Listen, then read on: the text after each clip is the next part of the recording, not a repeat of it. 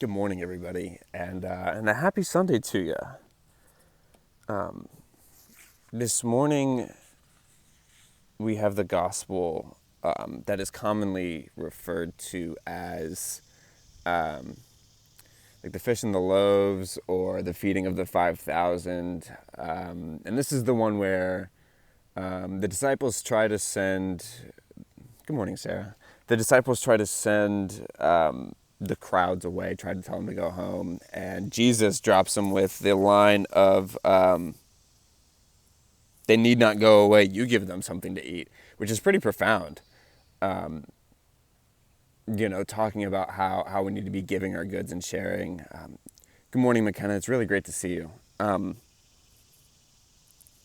give them something to eat. I think that's so powerful because the disciples are expecting.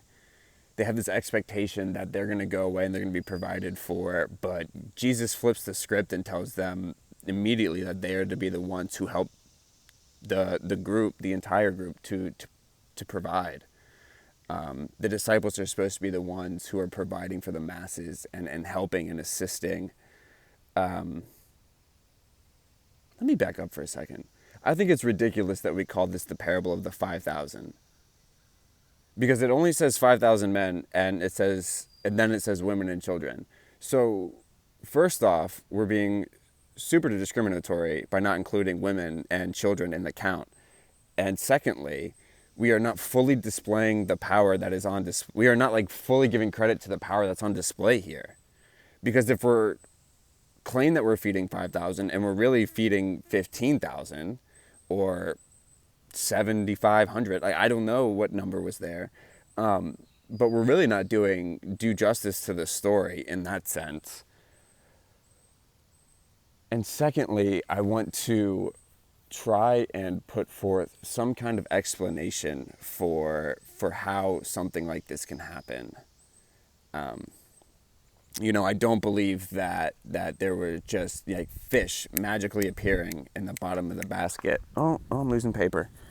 But what I do believe is that compassion and generosity are contagious. Meaning that as the crowds began to see that these disciples only had so little to give, and as they continued to give to the crowd noticed that they too had very little to give, but they had something to give.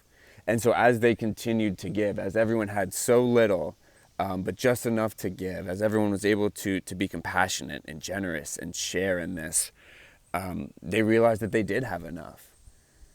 And this is pretty countercultural to the idea of scarcity that we are so inflicted by, just by the way our society works. I mean, when we see that there's only one left on the online store, if you will, we have a greater sense of urgency about that because oh my gosh, there's only one and they're going to run out.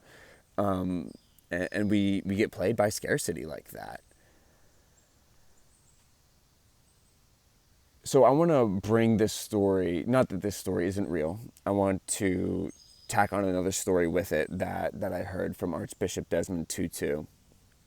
And so at the beginning of the apartheid, a lot of men and women are going and they're protesting and they're being arrested and some are being killed, and that leaves you with orphans and children without parents. And so in one of the communities that he had worked in, this woman began just bringing children into her home. He said that she didn't have enough resource to actually take care of these kids, but she knew that these kids needed a place to stay, so she brought them in anyway. And as the community saw her bring these children in, they began to give her rice and cots and pillows and stuff so that, all of the kids had something to eat, so that all the kids had a place to sleep. In a small house in South Africa's, what are those called? I'm really struggling this morning, y'all, and I'm sorry. But this woman who stuck out her hand to give when she had nothing to give received. And it is so ironic how the world works in that way. And so that is really what I think happened here in the gospel. And I think it's kind of weird that I'm trying to explain it like this. And I'm sure when I look back on this in 10 years, I'm going to hate it. But I really think that Jesus inspired the generosity and the compassion. And that's not to say that God doesn't have the power to produce that kind of nourishment and wealth, and God, that's not to say God doesn't have the power to provide, because we are fully aware that God does, and that God is more than able to provide for us. But it is in this way that God inspires others to be generous and to be compassionate.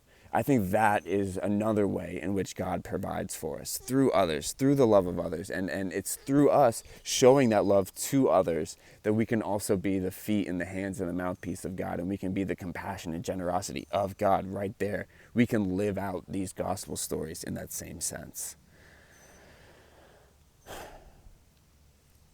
I'm sorry that was all over the place. Usually my mom's here. She usually helps pick up when I start rambling. But that's all I got for you today, guys. That's all I got. To be the mouthpiece and hands and feet of God, we have to be compassionate and generous to those who are around us, and not stray from that.